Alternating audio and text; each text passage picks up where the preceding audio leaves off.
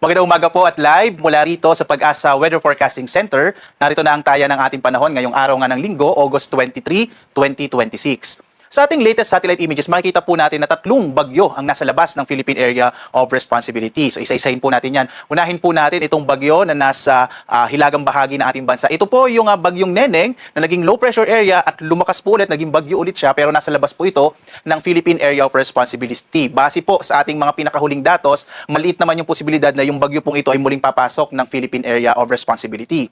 Yung ikalawang bagyo po, nandito naman sa may silangang bahagi ng Kabisayaan, mahigit 1,200 kilometers ito silangan ng Eastern Visayas. Base po sa ating pinakamahuling datos naman, magsisimula kasi itong kikilos pahilagang silangan, kaya medyo malit na yung posibilidad na pumasok ito ng Philippine Area of Responsibility sa ngayon, base sa pinakahuling datos natin.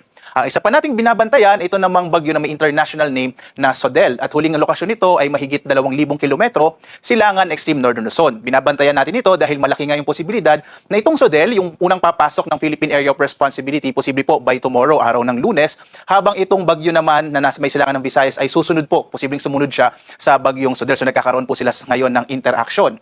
Samantala, inaasahan nga natin na once na pumasok po ng Philippine Area of Responsibility ang bagyong Sodel, ito po ay maaaring magpalakas ng habagat ngayong week na ito. Mapapansin nga natin, ngayong araw, ang habagat po ay nakaka-apekto lalong-lalo na dito sa may bahagi nga ng Batanes. Nakapag-record po tayo ng malalakas na mga pag-ulan sa Batanes, habang magdadala naman ng maulap na kalangitan na may mga kalat-kalat na mga pag-ulan, ito pong habagat natin ngayong araw, lalong-lalo na dito sa may area ng Northern Luzon. Makararanas din ng maulap na kalangitan ang malaking bahagi din ng Cordillera, Central Luzon, maging dito sa Metro Manila at ilang bahagi ng Calabarzon at gayon din sa Cagayan Valley Region.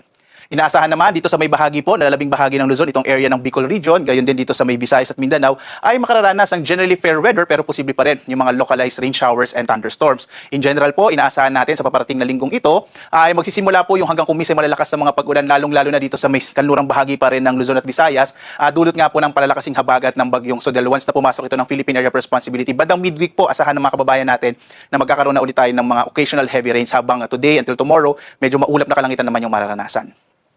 As of 5 AM nga, tayo po ay nag-issue ng weather advisory, particular na sa lalawigan ng Batanes, dahil nakakaranas po itong lalawigan ng Batanes ng mga up to 50 to 100 millimeters of rain. So delikado po yun kung posible pong magkaroon ng mga flash floods and landslides sa bahaging ito ng ating bansa. Ito po ay dulot ng habagat or southwest monsoon.